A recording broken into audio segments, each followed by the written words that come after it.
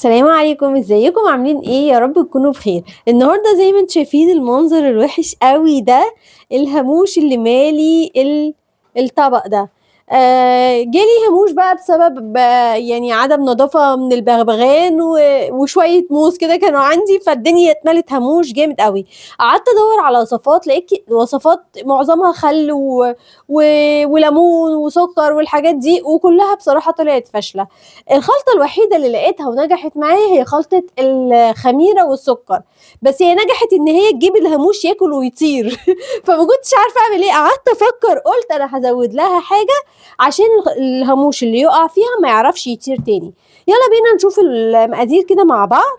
اول حاجة، المقادير بتاعتنا كلها عبارة عن معلقة من كل حاجة.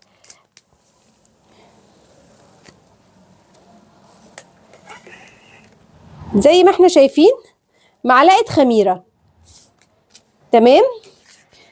انا هحب اضيف لها معلقتين سكر عشان الهاموش بيحب السكر يعني، فبحب اكرمه. خد اهو معلقتين سكر او معلقة ونص كفاية، تمام. بس كده هنضيف لها بقى ايه، شوية مية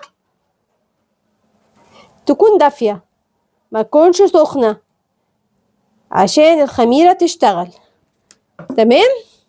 وهنقلبها كده شوية.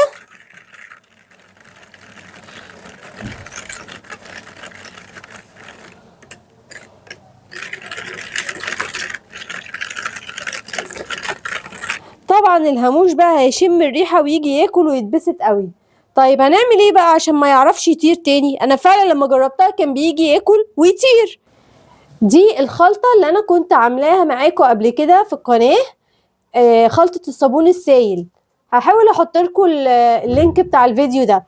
ده عبارة عن ايه؟ عبارة عن مية وصابون سائل وخل. بملى نص الازازة صابون سائل وجزء كبير منها مية وحبة خل صغيرين وحبة ملح صغيرين. دي على طول انا بستخدمها للصابون السائل، جميلة جدا. هحط بقى هنا، عايزة اقول لكم ريحة الخميرة طلعت ريحتها تحفة. هحط هنا بقى ايه، شوية كده، بتاع كام معلقة تعالى اقول لكم. ادي معلقة، ادي 2، ادي 3، بس كده. الخليط ده كده بقى ايه، تحفة.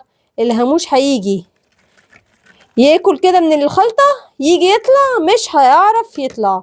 وهتلاقوا الخلطة دي قضت على الهاموش تماما، عن تجربة بجد. الخلطة دي رهيبة رهيبة، لازم كلكم تجربوها وتقولوا لي رأيكم في الكومنتات. وبرده خلطة الصابون السائل دي تحفة في غسيل المواعين، بعملها كده كل فترة واحطها في البامب كده وبستخدمها.